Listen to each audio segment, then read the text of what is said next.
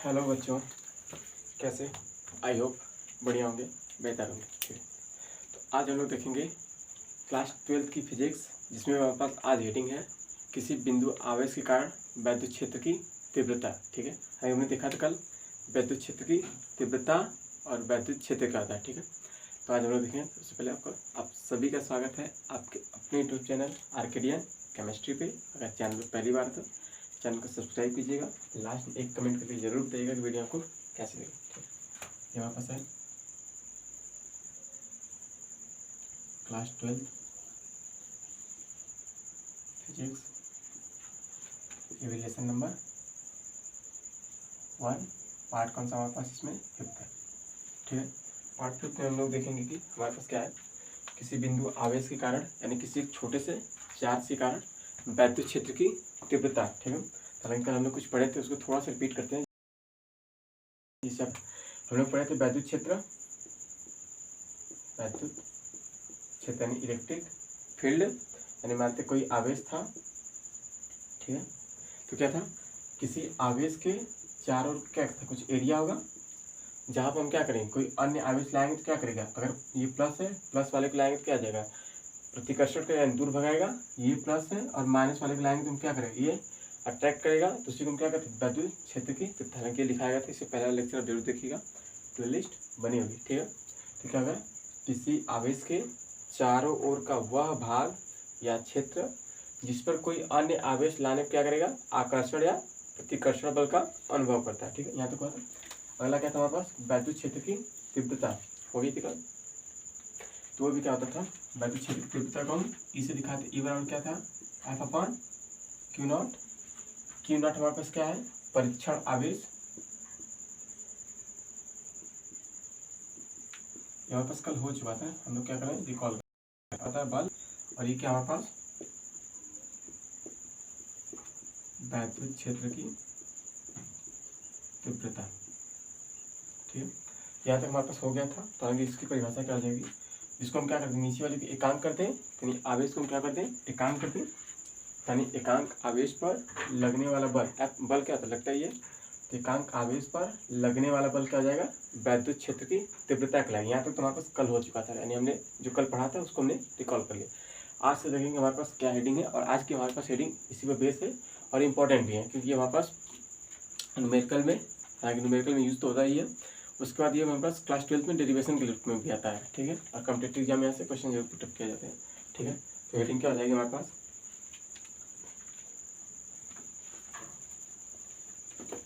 किसी बिंदु आवेश के कारण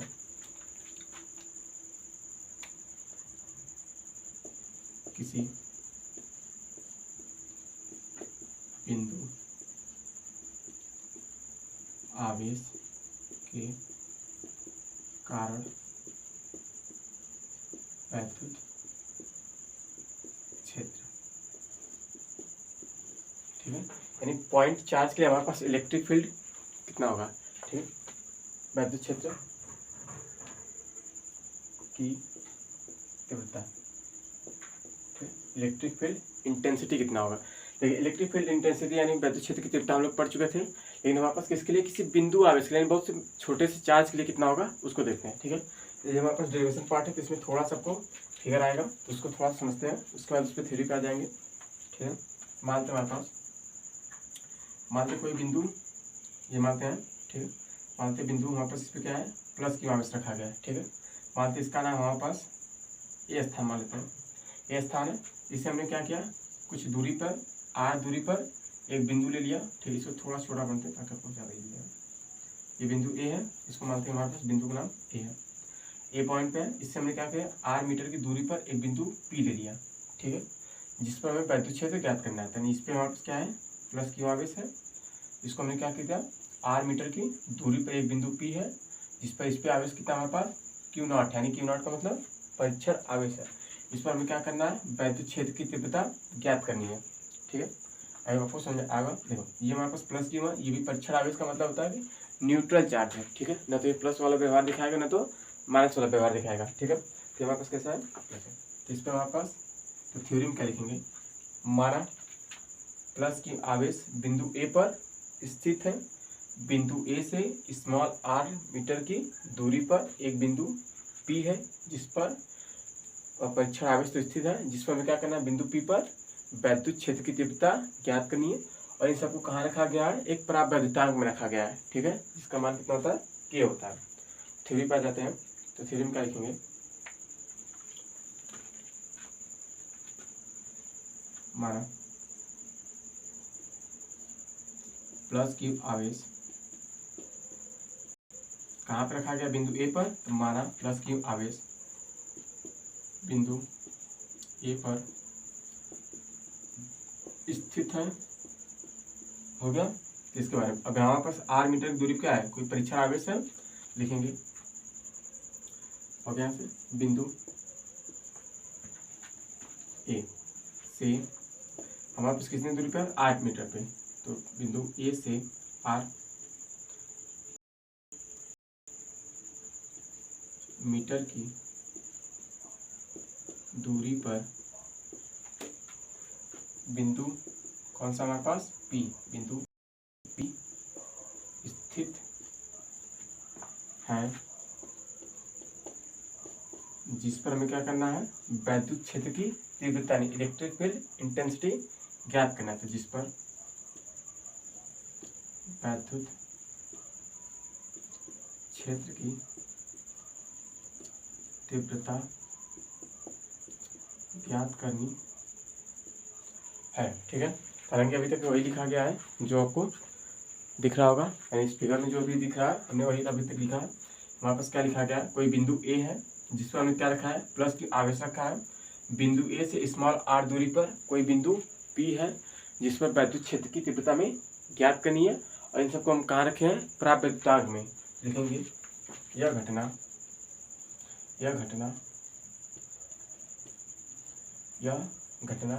परावैद्युतांक K में स्थित है, या तो ये सब हमारे पास कहाँ है, परावैद्युतांक K में रखा गया है, ठीक है। या तो ऐसे भी लिख सकते हैं, ज्ञात करनी है आवेश को, यानी जो आवेश रखा गया, आवेश को परावैद्युतांक K में रखा गया है, K में गया है। आई आपको दिख रहा होगा, ठीक है, और बेहतर से दिख रहा होगा। चलिए अब आगे आते हैं, इसमें और क्या करना है, हालांकि थ्योरी लिखनी है।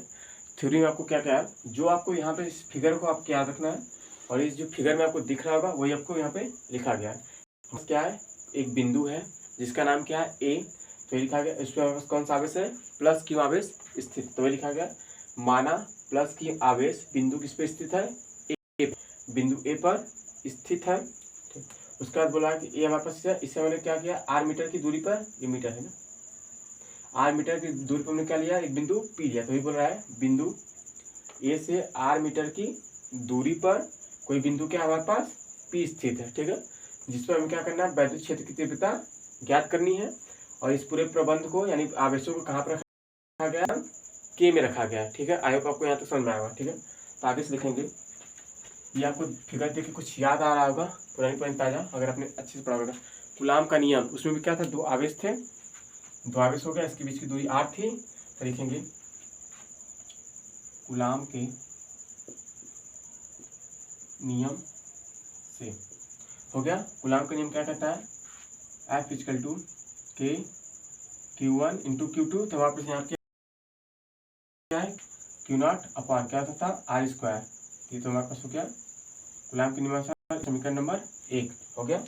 आई आपको यहाँ तक मेरी बात समझ में आई होगी, ठीक है। फिर लिखेंगे, अतः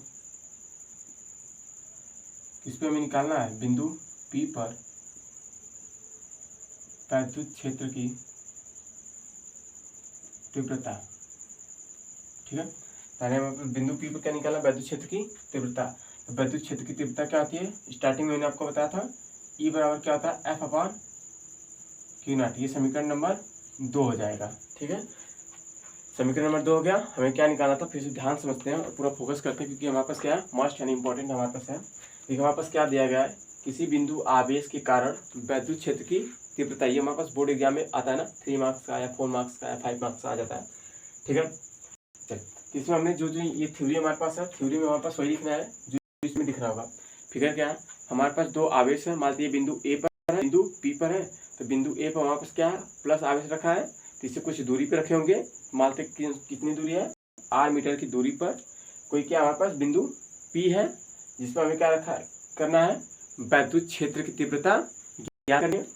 उसके बाद इस पूरे प्रबंध को यानी आवेशों को कहाँ रखा गया, परावैद्युतांक के में रखा गया है। ठीक है, तो उसके बाद आप लिखेंगे कूलाम के नियमानुसार। कूलाम का नियम क्या कहता है कि दोनों आवेशों का गुणनफल समानुपाती होगा तथा उनके बीच दूरी के वर्ग के क्या होता है, व्युत क्रमानुपाती होता है। यहाँ पे हमने लिखा, आई होप आप ये वाला लेक्चर देखा होगा, यानी फर्स्ट लेक्चर में आई थिंक रहा होगा, फर्स्ट या सेकंड में, फर्स्ट में आई थिंक आवेश देखें, हाँ फर्स्ट में ही रहा होगा। तो अगर इतने आएंगे तो आपको ज़्यादा बेहतर समझ में आएगा। ठीक है, ये तो आप पढ़ लीजिए कि कूलाम का नियम क्या होता है, F = K Q1 Q2 R², K का मान फिक्स होता है ना, 9 × 10⁹ तो हो गया। फिर हमें क्या लिखेंगे, अतः बिंदु P पर वैद्युत क्षेत्र की तीव्रता हमें निकालना कहाँ है, बिंदु P पर, तो वही लिखा गया अतः बिंदु P पर क्षेत्र की तीव्रता। तो आप पढ़े होंगे, अभी कल ही पढ़ा गया था, हालांकि हमने आया तो आपको स्टार्ट है कि वैद्युत क्षेत्र की तीव्रता क्या होती है, कैपिटल E बराबर क्या था, F/Q0। ये समीकरण नंबर क्या हो गया, 2। तो नीचे लिखेंगे समीकरण 1 समीकरण 2 से। ठीक है, क्या लिखेंगे, यानी इक्वेशन फर्स्ट एंड सेकंड, यानी समीकरण 1 तथा समीकरण 2 से। ठीक है, अब हमें क्या करना है, इधर का थोड़ा सा इरेज करते हैं, तो तब आप स्क्रीनशॉट लीजिए, टेक स्क्रीनशॉट। तो बस थोड़ा सा फिगर मिटा देते हैं, जिससे हमारे पास क्या हो जाएगा, इतने में हो जाएगा। चलो अब आंसर क्या हो गया, समीकरण 1 तथा समीकरण 2। ये देखिए F = क्या है, K Q1 Q2 R²। यहाँ पे भी F दिख रहा होगा आपको, आई होप अच्छी होगी। ठीक है, इसके बदले हम यहाँ पर रख सकते हैं, यानी इस पूरे F का मान यहाँ पे हम रख सकते हैं। ओके, तो क्या आ जाएगा, कैपिटल E बराबर क्या आ जाएगा हमारे पास, कैपिटल E बराबर F का मान हमारे पास समीकरण नंबर 1 से कितना आया है, K Q Q0 R², यही आया है।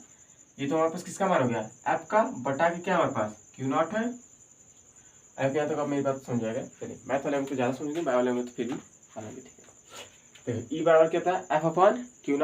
आप यहाँ पे लिख सकते हैं ना, अतः या लिख सकते हैं आई नो दैट या वी नो दैट।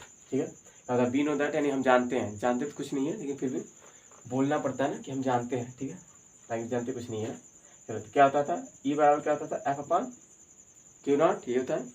F = क्या था हमारे पास, K Q2 R²। ये कहाँ से है, कूलाम के नियम से। ठीक है, तो कूलाम के नियम, इस F के बदले में हम क्या लिख सकते हैं, K Q0 R², इतना लिख सकते हैं। तो हमने वही लिखा है, बटा हमारे पास क्या होगा Q0, हमने Q0 लिखा, Q0 से Q0 क्या हो जाएगा, कट जाएगा। ठीक है, Q0 से Q0 कट जाएगा, तो हमारे पास लास्ट में जो बचेगा क्या बचेगा, ये चीज कट गया तो बचा क्या हमारे पास, बस E बराबर क्या बचा, K Q/R²। तो ये हमारे पास क्या हो गया, ये हमारे पास क्या था, मेन फार्मूला था। आई होप आपको यहाँ तक मेरी बात समझ में आई होगी, क्या करना क्या नहीं करना। तो आई होप मेरी बात आपको यहाँ तक समझ में आएगी। ये हमारे पास क्या है, वैद्युत क्षेत्र की तीव्रता की क्या हमारे पास कूलाम नियतांक, जिसका मान होता है 9 × 10⁹ आई होप आपको ये पता होगा, क्योंकि हमारे पास आवेश है, आर क्या है, उसके बीच की कितनी दूरी हो। ठीक है, तो क्या आई होप आपको यहाँ तक मेरी बात समझ में आई होगी। तो फिर समझते हमारे पास क्या था, हमारे पास क्या था, माना कि आवेश का कोई एक आवेश था जो हमारे पास कहाँ पे स्थित था, बिंदु ए पर स्थित था। उसको हमने क्या किया, बिंदु आर यानी हमारे पास बिंदु जो ए था उससे हमने क्या किया, R मीटर की दूरी पर हमने क्या किया, कोई दूसरा बिंदु हमारे पास क्या था, P था, जिस पर हमें क्या करना था, वैद्युत क्षेत्र की तीव्रता ज्ञात करनी थी। और इन आवेशों को कहाँ पर रखा गया था, परावैद्युतांक K में। तो आप जानते हैं कूलाम के अनुसार लिखना पड़ता है, जानते तो हो नहीं। ठीक है, हालांकि लिखना पड़ता है ना कि हम जानते हैं। ठीक, क्या था कूलाम के अनुसार, कूलाम का नियम क्या कहता है कि दो आवेशों के बीच लगने वाला बल दोनों आवेशों के गुणनफल के समानुपाती तथा उनके बीच की दूरी के वर्ग के क्या होता है, व्युत क्रमानुपाती होता है। तो वही लिखा गया क्यों, के तो हमारे पास समानुपाती का चिन्ह हटाते तब आता था।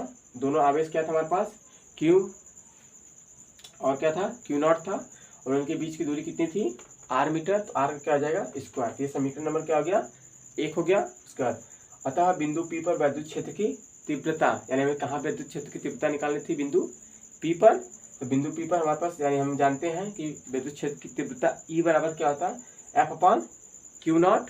ये समीकरण नंबर क्या होगा, सेकेंड। ठीक है, तो हम लिखेंगे समीकरण 1 तथा समीकरण 2 से आपको दिख रहा होगा E बराबर क्या, F/Q0।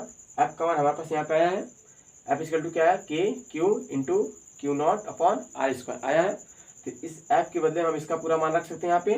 तो ये रखा है E बराबर, यहाँ पर क्या से मान आया है, F इक्वल टू क्या है, Q0/R²।